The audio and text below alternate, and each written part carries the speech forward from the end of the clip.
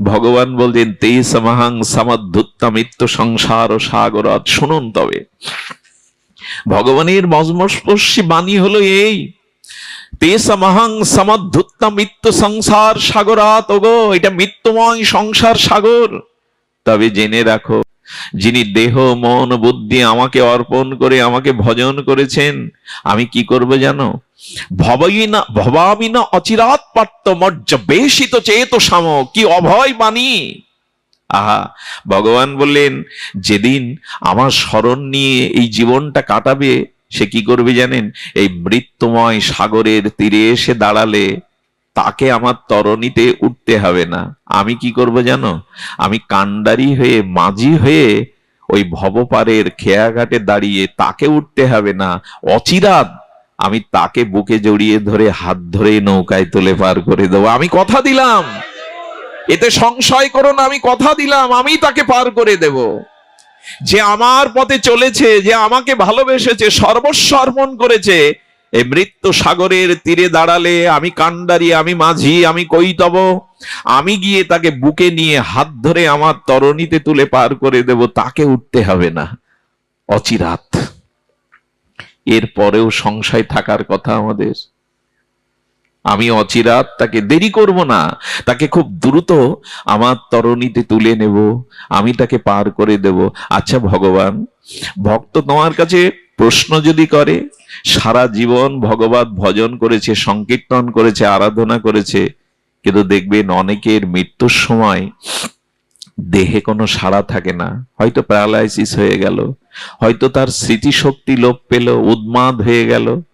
ভগবানকে যদি বলি, সারা জীবন ভালোবেসে অশ্রু সজল নয়নে তোমার নাম করে কি পেলাম প্রভু, অনেকে কি বলে জানেন? এই লোকটা না সারা জীবন সাধু পথে ভজন পথে চলেছে, অথচ মৃত্যুর সময় এভাবে মরল, বোবা হয়ে মরল, পাগল হয়ে মরল, স্মৃতি শক্তি নাই মরল।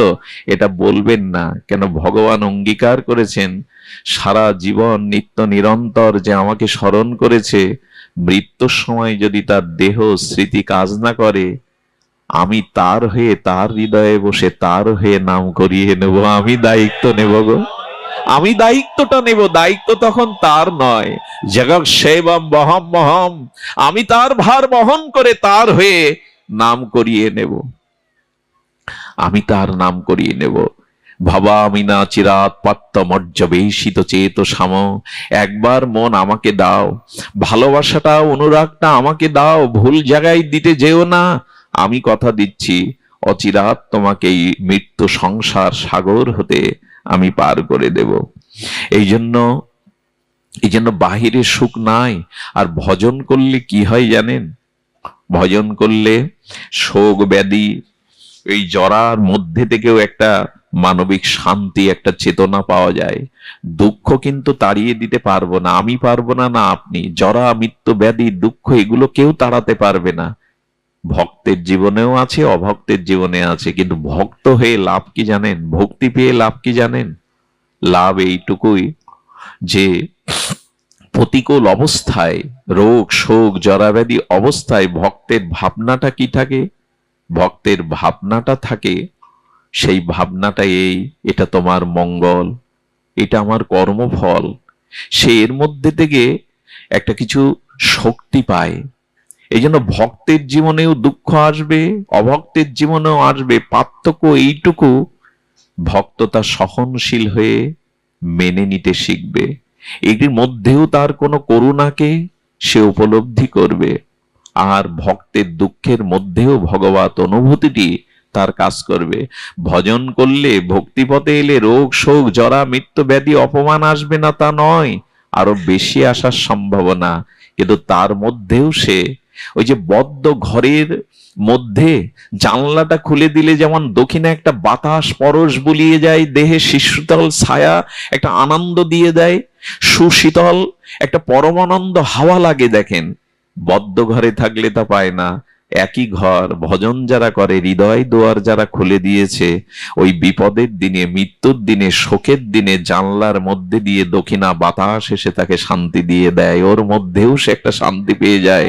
এটা তোমার করুণার দান, এটা তোমার কৃপার দান। এই উপলব্ধি, এই ভজন থেকে আসে, এই ভক্তি থেকে আসে। তাই অনুরোধ করব আপনাদের, ভেঙে পড়বেন না। শূন্য স্থান ভগবান দেন ওই শূন্য জায়গায় তাকে বসানোর জন্য।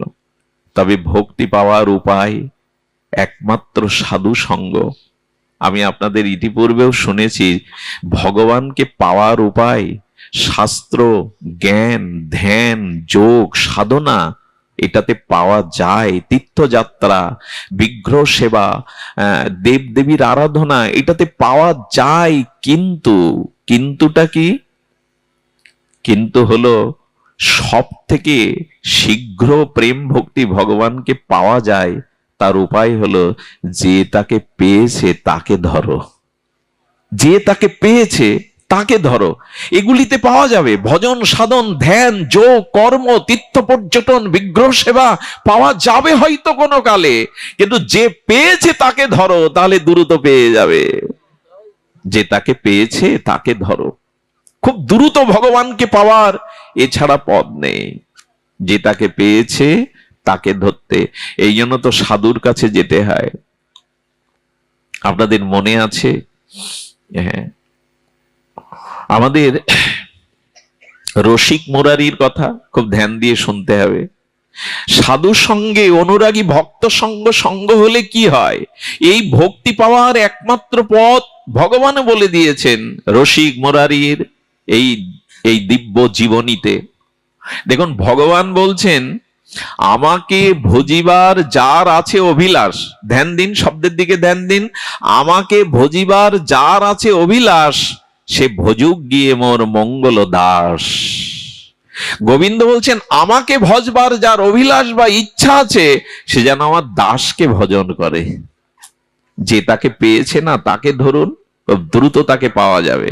অন্য পথটা পাওয়া যাবে, সেটা যুগ যুগান্তর, জন্ম জন্মান্তরের অপেক্ষা আছে, কিন্তু যে তাকে পেয়েছে তাকে ধরলেই পাওয়া যাবে। এটাই বিধি, এটাই রীতি। রসিক মুরারি তিনি এক গ্রামে শিষ্যের বাড়িতে আছেন, ভক্তমালে দেখে নেবেন চৌগুলিয়ে। এই রসিক মুরারি যেখানে আছেন তিনি রাজ কর্মচারী। তো গুরুদেবকে পেয়ে, এমন রসিক জনকে পেয়ে তিনি 2 দিন রাজ কার্যে যাননি, এবং রাজার দক্ষিণ হস্ত বলা যায় তাকে। 2 দিন পর সংবাদ দিয়ে যখন তাকে ডেকেছে রাজা, সম্রাট দেখেছে, বলছে কেন আসেনি? বলো, আমার গুরুদেব এসছে। গুরুচরণ ছাড়া রাজকার্য আমার কাছে অন্ধকারের মতো লাগে। বলো, বলিহারি তোমার গুরুদেব, তোমার মতো রাজ কর্মচারীকেও যে আবেশে বেঁধে ফেলেছে, তাকে তো একটু দেখতে হয়, নিয়ে আসো। মনে মনে বললেন, কেমন গুরু, কেমন সাধু, একটু পরীক্ষা তো করতে হবে। গুরুকে পালকি পাঠিয়েছেন, আর ভেতরে ভেতরে তার বিনাশ করার জন্য মস্ত হাতি রেখে দিয়েছেন। হাতি যেন তাকে আক্রমণ করে। দেখি সাধু যদি হয়, প্রকৃত সাধু যদি হয়, তবে এই মত্ত হস্তিকে সে বশ করুক। দেখুন, আমরাও মাঝে মাঝে ওরকম পালকি পাঠাই, ফুল ছড়াই, আবার মনে মনে তার নিন্দাও করি। এই কপটতা থাকলে সাধু সঙ্গের এ পথে কিছু পাবেন না। সরল প্রাণী, বিশ্বাস শ্রদ্ধার সহিত এই রাজ্যে কোনো কপটতার স্থান নেই। মন মুখ 2 রকম হলে এই রাজ্যে শূন্য হাতে তাকে ফিরে যেতে হবে, কিছুই পাওয়ার নেই। গাও গাও সবে গৌরাঙ্গের গুণ, সরল করিয়া মন। মন সরল না হলে কপট এই রাজ্যে কিছুই পাবে না। ছাড়ো রে মন কপট চাতুরী, বদনে বলো হরি হরি, তবেই তো পাবে। কপটতায় আজ আমাদের ঘিরে ধরেছে, কপটতায় আজ আমাদের ভক্তি পথের, এই সরল পথের অন্তরায় হয়ে দেখা দিয়েছে। রসিক মুরারি পালকি নয়, বললেন হেঁটে যাব। সামনে মস্ত হস্তি, রাজা চিলিকোটার ওপর থেকে দেখছে যে কেমন সাধু পরীক্ষা করে নিতে হয়। রাজ কর্মচারীকে শিষ্য বানিয়ে ধন লোভে, প্রতিষ্ঠার লোভে শিষ্যকে আটকে রেখেছে, দেখতে চায়। মস্ত হস্তির চোখ রাঙা রাঙা হয়ে গেল, উন্মত্ত হয়ে যখন রসিক মুরারির দিকে ধেয়ে আসছে, রসিক মুরারি পলায়ন নয়, ওর চোখ রাঙা হাতির, মস্ত হস্তির, আর রসিক মুরারির চোখে যখন বিন্দু বিন্দু জল ঝরছে, সামনে গিয়ে হাত জোর করে বললেন, ওরে কত জন্মের কত অপরাধে এমন শক্তিশালী হয়েও মানুষের বশবর্তী হয়ে জীবন কাটাচ্ছ। হাতির সামনে গিয়ে হাত জোর করে চোখের জলে বলেছে, একবার হরি বল। একবার হরি বল। এই সিনেমা নয়, গল্প নয়, উপন্যাস নয়। ভক্তমালে বলছেন রসিক মুরারি কেঁদে ফেলেছে, হস্তির সামনে গিয়ে বলছে একবার হরি বল। জীবন সার্থক কর। কি বলবো আপনাদের, এরা জাদু জানে না। এদের হৃদয়ে যে ভগবানের প্রেম আছে, ভক্তি আছে, নয়নে জল আছে, এটাই যথেষ্ট। মস্ত হস্তির লাল চোখ জলে ভরে গেল। কি জানো ওর আসলে কি জানেন? আগুনে হাত দিলে যেমন জেনে জ্ঞাত অজ্ঞাত সারে হাত দিলে যেমন হাত পড়ে, যদি কোনো ভগবানের প্রিয় ভক্ত, নিষ্কাম ভক্ত, অপরাধ শূন্য ভক্তের হরিনাম হরিকথা কানে যায়, তবে আগুন যেমন পুড়িয়ে দেয়, হরিনাম কানে গেলেও হৃদয়ের পাপ বুদ্ধি পুড়িয়ে দেয়। হৃদয়ে আর পাপ বুদ্ধি থাকে না, হৃদয়ে থাকে না। এই যে এখানে আমরা সবাই একসাথে নারী পুরুষ বসেছি, এখন কারো মনে কোনো পাপ বুদ্ধি উদয় হয় নাই।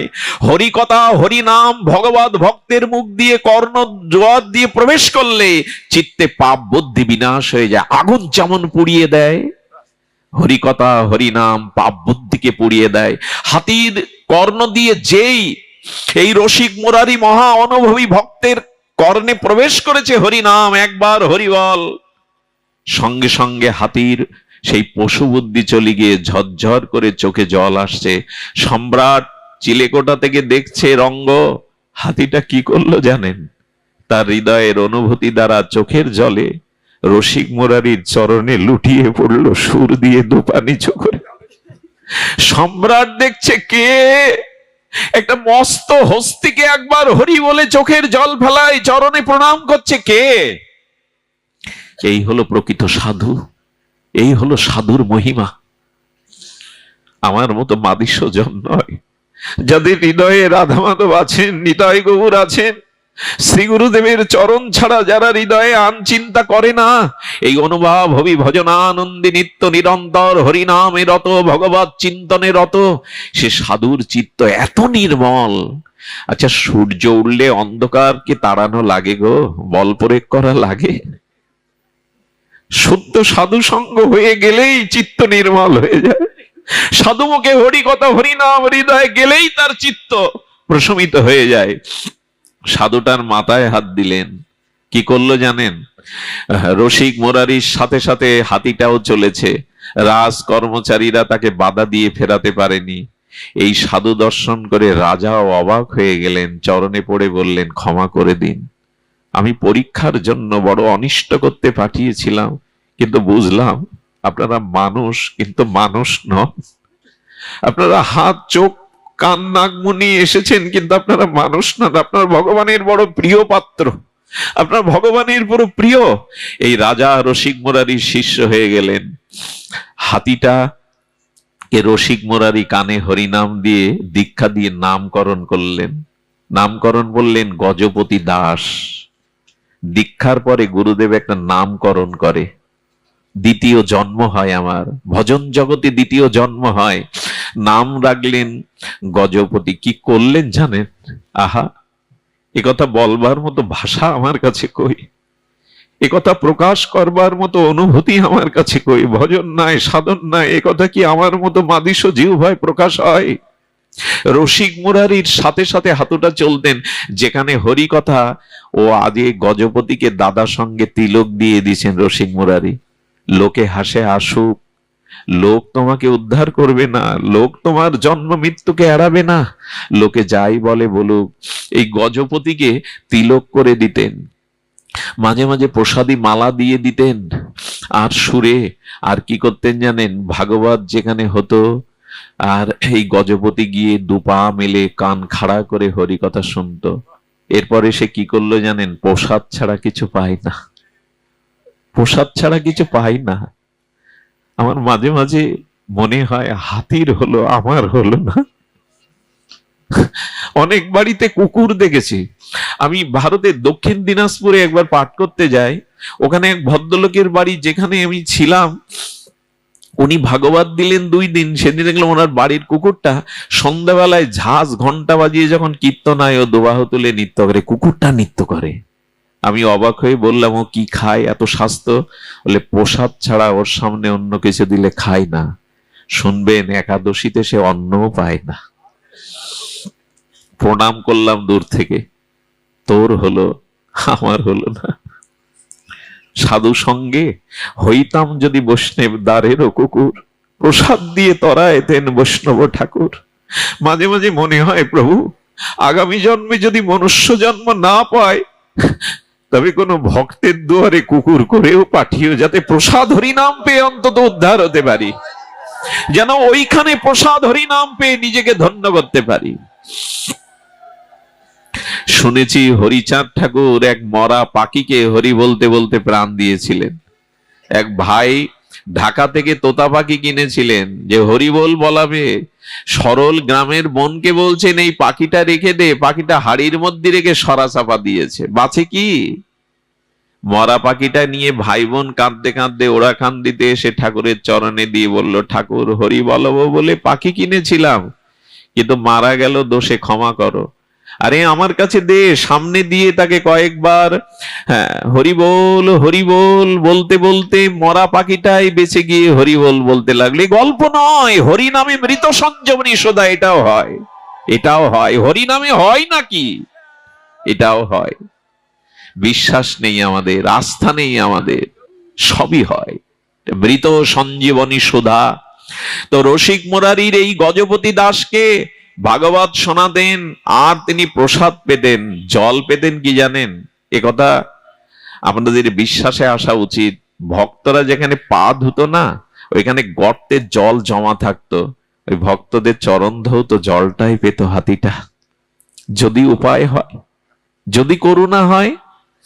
এখন রসিক মুরারি বললে, আরে তুই বসে বসে খাবি, এত বড় শরীর, প্রসাদ দিতে হয় ভক্তদের, একটু কাজ কর। সেদিন থেকে কি করতো জানেন? বাজারে যেত, গিয়ে সুর দিয়ে প্রণাম করে সবজিওয়ালার কাছে চাইতো, দাও, বৈষ্ণবের জন্য ভিক্ষা করছে। তরকারিওয়ালা সবজিওয়ালার এই দশা দেখে, তিলক দেখে দিয়ে দিত তরকারির বোঝা। চাউলের দোকানে গিয়ে প্রণাম করে তিলক মাথায় তো বলতো, চাউল দাও, ওই এনে সাধু সেবায় লাগাতো। আহারে, হাতি হয়েও সাধু সেবা করলো। কিন্তু আমাদের মাঝে মাঝে মনে কি ভক্তদের নিয়ে একটু সেবা করায়, একটু ভক্ত সেবা করায়, বিশ্বাস করুন যখনই এটা মনে হয় আর সেটা ব্যস্ততার জন্য না করি, তখন সেই অর্থটা অন্য দিক দিয়ে নষ্ট হয়ে যায়, রোগে শোকে নষ্ট হয়ে যায়। অর্থের একটা অংশ সৎ কাজে লাগাবেন, না হলে কিন্তু ওই অর্থটা অন্য দিক দিয়ে শেষ হয়ে যাবে। মামলা মকদ্দমা, চুরি ডাকাতি, সন্ত্রাসী, রোগ শোক কোনো না কোনো ভাবে বেরিয়ে যাবে, আটকাতে পারবেন না। এটাই জগতের নিয়ম। আজকে যারা এই অনুষ্ঠান করছে ধন্য তারা, এদের প্রত্যেকের পা ছুঁয়ে যদি প্রণাম করা যেত। ওরা যে কাজটা করছে এটা সাধারণ কাজ নয়। এতগুলি মানুষকে একত্রিত করে আমাদের আধ্যাত্মিক চেতনা, ভাগবত ভক্তির প্রগতি, এই যে আয়োজন, এটা সাধারণ নয়। ধন্য এরা, ধন্য এদের মানসিকতা, ভাবনা। এই তো চাই অর্থের সদ্ব্যবহার। দেখুন তো এখন যে পরিবেশ, সেটা কোথায় অর্থ দিয়ে কিনবেন আপনি? বিয়ে বাড়িতে, শাদী বাড়িতে কোথায় কিনবেন এটা? এমন পরিবেশ আর কি মেলে এই মরজগতে? এই জন্য অর্থটার যাতে সদ্ব্যবহার হয় তাই করতে হয় জগতে। এক মুঠো যদি শুদ্ধ কোনো মানুষ পায়, ভক্ত পায়, ভগবান বড় প্রসন্ন হয়। ভগবান বলেছেন, আগে মানবিক গুণাবলীতে গুণান্বিত হও, ভক্তি তো অনেক উপরে, আগে মানুষ হও, আগে নিজের সদ্ব্যবহার করো। হাতিটা ভিক্ষা করছে বৈষ্ণব সেবার জন্য, ভিক্ষা করে এনে সাধু সেবা করতো। কিন্তু রাজার কানে নালিশ গেল, এই হাতিটা বাজারে চাউল ডাল সবজি নিয়ে যায়, রাজা বিচার করে। রাজা দেখলো যে হাতি একা একা গিয়ে বৈষ্ণব সেবার বাজার নিয়ে আসে, এরকম বুদ্ধিমান হাতিকে দরকার। রাজা ষড়যন্ত্র করে 4 জনকে পাঠালো সাধু বেশে। সাধু না হলেও যাবে না, ও সাধু হয়ে গেছে। সাধু বেশে ওকে ধরে আনো বাজার থেকে। 4 জন মালা তিলক সাধু বেশ ধরে গেলে মনে করলো সৎসঙ্গে ডেকে নিয়ে যাচ্ছে। সরল বিশ্বাসে গজপতি দাস তাদের সাথে যে রাজ দুয়ারের সামনে গেল, শত শত লোক তাকে শৃঙ্খলিত করে বেঁধে ফেললো। এর পরের কাহিনীটা বড় হৃদয় স্পর্শ করে। 7টা দিন শৃঙ্খল করে বেঁধে রাখলো। সামনে কত খাদ্য, কিন্তু মুখে দেয় না। সাধু সঙ্গবিহীন, প্রসাদবিহীন, বৈষ্ণবের চরণ জলবিহীন 7 দিন না খেয়ে পড়ে আছে মরার মতো। গ্রন্থকার লিখছেন, ভক্তমালে ওর মনের অনুভবিত ভক্তমাল গ্রন্থকার নাবাজি লিখছেন, ও প্রাণ ত্যাগ করবার সংকল্প করব। যদি সাধু সঙ্গ না হয়, প্রসাদ না পায়, বৈষ্ণব সেবা, হরিকথা না পায়, প্রাণ রেখে লাভ কি? এ প্রাণ রেখে লাভ কি? মাছকে জল থেকে তুলুনও বাঁচবে না। যারা এই পথে এসেছেন, ভজন অনুভব পেয়েছেন, তারা সাধু সঙ্গ, হরিকথা, হরিনাম ছাড়া তারা বাঁচবে না। অন্য কিছু দিয়ে তাদের বাঁচানো যাবে না, এটা তাদের প্রাণের দাবি। মাছ বাঁচে না জল ছাড়া, ভক্ত ভক্তি ছাড়া, ভজন ছাড়া, সাধু সঙ্গ ছাড়া বাঁচে না। সুধীজন, সুধীজন, এমনি করে 7 দিন যখন সংকল্প করে পাবে না, রাজ সম্পদ পাবে না, রাজা বললে এক কাজ করো, গঙ্গার তীরে নিয়ে যাও। এখানে বদ্ধ জায়গায় হয়তো পেতে পাচ্ছে না, গঙ্গার তীরে নিয়ে শৃঙ্খলিত করে নিয়ে যাও, নিয়ে ওখানে দেখো কিছু খাই কিনা, হলে বাঁচানো যাবে না। গঙ্গার তীরে গজপতি দাসকে এসে গঙ্গাকে দেখেই মনে মনে বললেন, মা, হে পতিত পাবনী, তুমি তো হরির চরণচ্যুতা, তুমি হরির চরণামৃত। মা, আমি কিঞ্চিত সাধু কৃপা পেয়েছিলাম, গুরু কৃপা পেয়েছিলাম, তাই তোমার দুয়ারে আমাকে ওরা এনেছে। মা, এ প্রাণ আমি আর রাখতে চাই না, রাস বন্ধি থেকে আমি মুক্তি চাই, দাও মা, তোমার কোলে আমার শেষ আশ্রয় দাও। হাতিটা এই বলতে বলতে শৃঙ্খল মুক্ত হয়ে সেই যে গঙ্গায় প্রবেশ করলো, সুরটা উঁচু করে মা গঙ্গাকে সাক্ষী রেখে বলছে, মা, এ দেহ তোমাতেই পতন হোক, তুমি হরির চরণ থেকে প্রবাহিতা, তোমার চরণে দেহ রাখলে আমি আগামী জন্মে হয়তো বৈষ্ণব শরীর পাবো, মনুষ্য শরীর পাবো, ভজন করতে পারবো, দাও মা, আমাকে আশ্রয় দাও। সেই গঙ্গাতেই গজপতি দাস প্রাণ ত্যাগ করে চিরদিনের মতো ভগবত রাজ্যে ফিরে গেল। এই হলো সাধু দর্শন, সাধু সঙ্গের মহিমা। সদ্গুরুদেবের এই হলো মহিমা। শ্রী গুরু পাদ পদ্ম, সদ্গুরুর চরণাশ্রয়, এটাই হলো মহিমা। আর আমাদের এই যুগ চৈতন্যের যুগ, আমাদের এই যুগ নিত্যানন্দ করুণার যুগ, আমাদের এই যুগ ব্রজভজনের যুগ, আমাদের এই যুগ নবদ্বীপের সংকীর্তনের যুগ। এই বিশেষ কলিতে চারিদিকে অন্ধকার বটে, কাম কামনা, হিংসা, বিশ্ব জুড়ে লোকক্ষয়, রক্তক্ষয়, কিন্তু এর মধ্যেও একটি পরম পাওয়া আছে। এটা নিতাই চৈতন্যের যুগ, এটা হরি নামের যুগ, এটা প্রেমের যুগ। এই যুগে অল্পতেই যারা ভগবত চরণ আশ্রয় করে, হরি নাম আশ্রয় করেছে, সাধুগুরু আশ্রয় করেছে, অতি অনায়াসে পার হতে পারবে। সত্য যুগের মতো কঠোর তপসাধনা নয়, ত্রেতার মতো অশ্বমেধ গোমেধ যজ্ঞ নয়, দাপরের মতো ষড়শৈশ্বর্যে পূজা নয়। এই যুগে একমাত্র সরল প্রাণী যদি দিনান্তে কেউ একবার নিতাই বলে, একবার গৌর বলে, ভগবান তাকে করুণা করবেন। আমাদের জন্য এই হরিনাম, এই হরিকথা দিয়ে গেছেন। এই হরিনাম হরিকথাকে অবলম্বন যারা করেছে, এরা বঞ্চিত হবে না, এরা বঞ্চিত হতে জানে না। চাই দৈন্য, চাই সংযম, চাই নিরভিমানতা। আজকের দিনে সব থেকে যেটা বড়, সেটা হলো এই দৈন্যের দ্বারা, দীনতার দ্বারা। আজ আমরা যদি একটুখানি হৃদয় সরল করে হরিকথা, হরিনামকে আশ্রয় করতে পারি, তবে আমাদের আর চিন্তা নাই। গৌরাঙ্গেরও 2টি পদ, যার প্রেম সম্পদ, সে জানা ভক্তি রসসার। এই তো মহাজনের বাণী। শ্রী গৌর চরণকে যারা আশ্রয় করেছে, দিনান্তে যারা একবার নিতাই চরণকে আশ্রয় করেছে, হা নিতাই বলে ডেকেছে, তাদের আর ভয় নাই।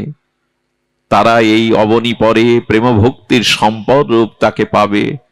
আজ মহাপ্রভু, আজ নিতাই চাঁদ জীবের কাছে হাত বাড়িয়েছেন। দেখুন, ভগবান এসে জীবের সামনে হাত বাড়িয়েছেন, আয় আয়, কাছে আয়, তোর জন্ম জন্মান্তরের পাপ তাপ। দেখুন, আমাদের ব্রজেন্দ্র নন্দন সেই শচীসুত হইল। সেই মহাপ্রভুর বন্দনায় বাবাজিরা কীর্তন করেন, যিনি নন্দের নন্দন, ওখানে বলছেন নন্দের নন্দন, আর এখানে বলছেন শচীসুত হইল সেই। ওখানে বাবার নামটি নিল, পিতার নামটা নিল, আর মহাপ্রভুর বেলায় মায়ের নাম নিল। কেন? নন্দের নন্দন যেই শচীসুত হইল, কেন এখানে জগন্নাথ সুত হইল সেই বলা যেত না? পিতার নাম নেওয়া যেত না? বলে মহাজনের বাণী সাধারণ নয়। তার কারণ কি জানেন? আমাদের মহাপ্রভুর বেলায়, আমাদের শ্রীকৃষ্ণ চৈতন্য বেলায় কেন শচীসুত শব্দটা দেয়া হলো? মহাজন আস্বাদন দিচ্ছেন, বলে দেখো পিতা নতুন কাছানো জামা কাপড় পরে দোকানে যাবে, অফিসে যাবে, কোথাও যাবে, সন্তানের গায়ে লালা মাখা আর মলমূত্র গায়ে মেখে আছে, এসে যে বাবা কোলে নাও, বাবা কোলে নাও, নেবে তো? আরে যা যা, সরে যা, সরে যা, মায়ের কাছে যা, এখানে না। বলে কি না? ওই যে পোশাক পরা, কাঁচানো পোশাক বাবা কোলে নিতে চায় না, যা মায়ের কাছে যা, আমার কাছে না। মা সারাদিন পর হয়তো খেতে বসছে কি কখনো কোনো কাজ করছে, সন্তান ওই ধুলাবালি মেখেও যদি একবার মা বলে ডাকে না, মা ওর দিকে চেয়ে কোলে নাও বললেই আর তার ময়লা মাটি দেখে না, কোলে নিয়ে স্নেহের আঁচল দিয়ে তার ধুলাবালি গুলো মুছে দেয়।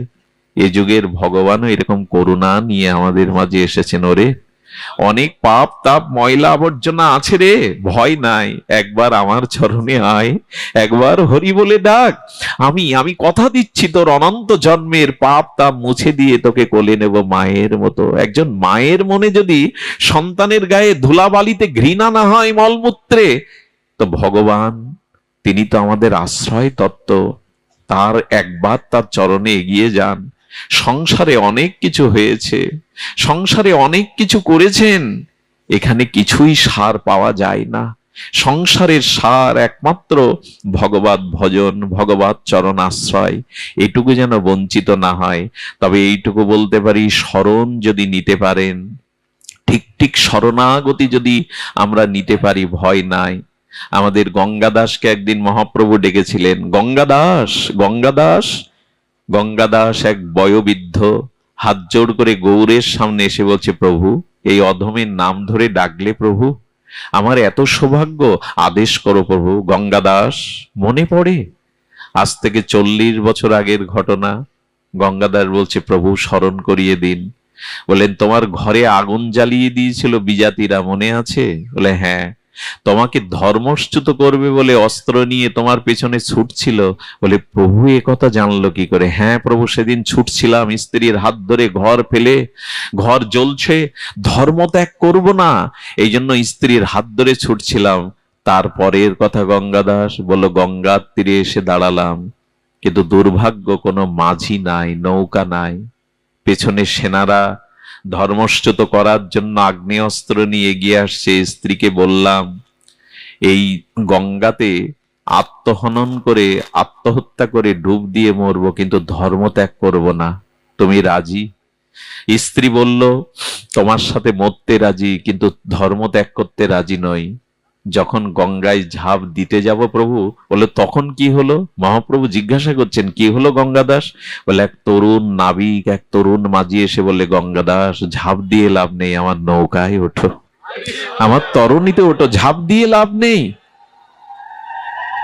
হ্যাঁ প্রভু, 40 বছর আগে সেই নবী পার করার পরে কি হলো? ওপারে গিয়ে তাকে বলেছিলাম, কি দেব তোমায়, জীবন দিলে, ধর্ম রক্ষা করলে। বলল বলল তোমার কাছ থেকে কিছু নেব না। মনে পড়ে সেই মাঝির কথা। গঙ্গাদার লুটিয়ে পড়ে বলছেন, প্রভু তাকেই তো সারা জীবন মনে খুঁজছি, কে সে?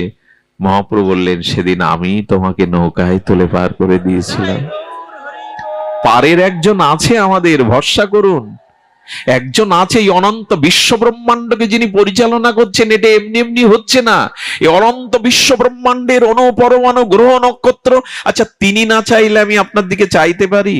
তিনি না চাইলে আমি জিহ্বা দিয়ে বাক্য বলতে পারি? তিনি না চাইলে আপনি এক পা এগোতে পারেন? তিনি না চাইলে নিঃশ্বাস প্রশ্বাস বইতে পারে? তিনি না চাইলে আমি একটি পদও অগ্রসর হতে পারি না। সকল কিছু তার দান, তিনি আছেন। গঙ্গাদার লুটিয়ে পড়ল, তবে তুমি পার করে দিয়েছিলে।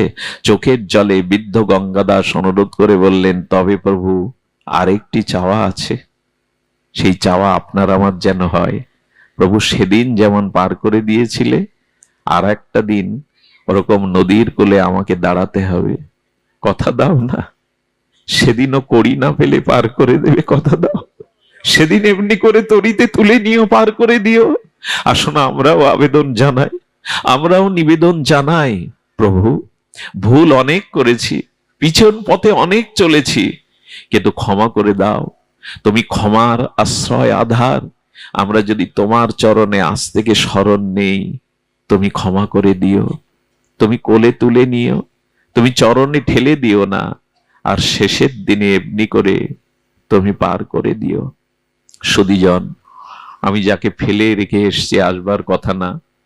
আমাদের এখানে আমার এক মা আছেন, বারবার বলছিল, বাবা ভক্তরা অপেক্ষা করবে, ভগবানই তো সব করেন, ওনার জন্য একটু প্রার্থনা করবেন। আজ 25টা দিন একটা অসুস্থ মানুষকে নিয়ে প্রহর গুনছি, অনেক জায়গায় পাঠে কথা দিয়েও যেতে পারিনি, একটু প্রার্থনা করবেন। তিনি ভগবান যা চান তাই যেন হয়, আপনাদের ইচ্ছায় তিনি। আর আমি আজ ধন্য, আমার সামনে দুজন এসেছেন আমার সাথে, কি বলবো তাদের পরিচয়, কারো প্রশংসা করা উচিত নয় ব্যাসপীঠে। আমাদের সাতক্ষীরার উনি জজ, একজন বিচারক, তিনি ছায়ার মতো আমার সাথে কটা দিন তার বাড়ি থেকে তিনি প্রসাদ ভোজি, মহৎ বৈষ্ণবপদ বাবাজির আশ্রিত, কি না করছেন। তিনি আমার মাঝে আছেন, সনাতন দা আছেন, তিনি ওখানের একজন হয়েও তিনি ছায়ার মতো এই কাজ করছেন। এদের জন্য দেওয়ার কিছু নেই, আছে এরা যেন ভগবত ভক্তিতে এগিয়ে যেতে পারে। আমি দাদাকে, আমাদের বিচারক মহাশয়কে যদি দুটি কথা বলবার আপনাদের কাছে অনুমতি পাই, উনি দুটি কথা আমাদের উদ্দেশ্যে বলুন, বসেই বলুন দুটি কথা। উনি সময় নাই, ওনার পরিচয়টা দেওয়াও আমার উচিত না, তবু বলে ফেললাম। তিনি একজন জজ, তারপরেও তার ভক্তি জীবন অসাধারণ। পরিবারের সবাইকে নিয়ে প্রসাদ ভোজে ভজন করছেন। ওনাকে অনুরোধ করছি দুটি সমাপনী কথা বলার জন্য। আমাদের একজন সচিব মহাশয় আছেন, আমার ভালো লাগছে কেন জানেন, ভাগবতটা যে শুধু আমার মতো মূর্খের না, ওনাদের মতো সজীব, ওনাদের মতো বিচারক আজ ভাগবতে আসছে, এটাই আমাদের পরম প্রাপ্তি, এটা আমাদের পুরস্কার। শিক্ষিত মানুষগুলো না গিয়ে গেলে এ ধর্ম জাগবে না, এ ধর্মের উত্তরণ হবে না। ধন্য আপনারা সাতপাড়বাসী, যারা অনুষ্ঠানের আয়োজন করেছেন, তাদের পক্ষ থেকে কোনো ত্রুটি হলে ক্ষমা করবেন।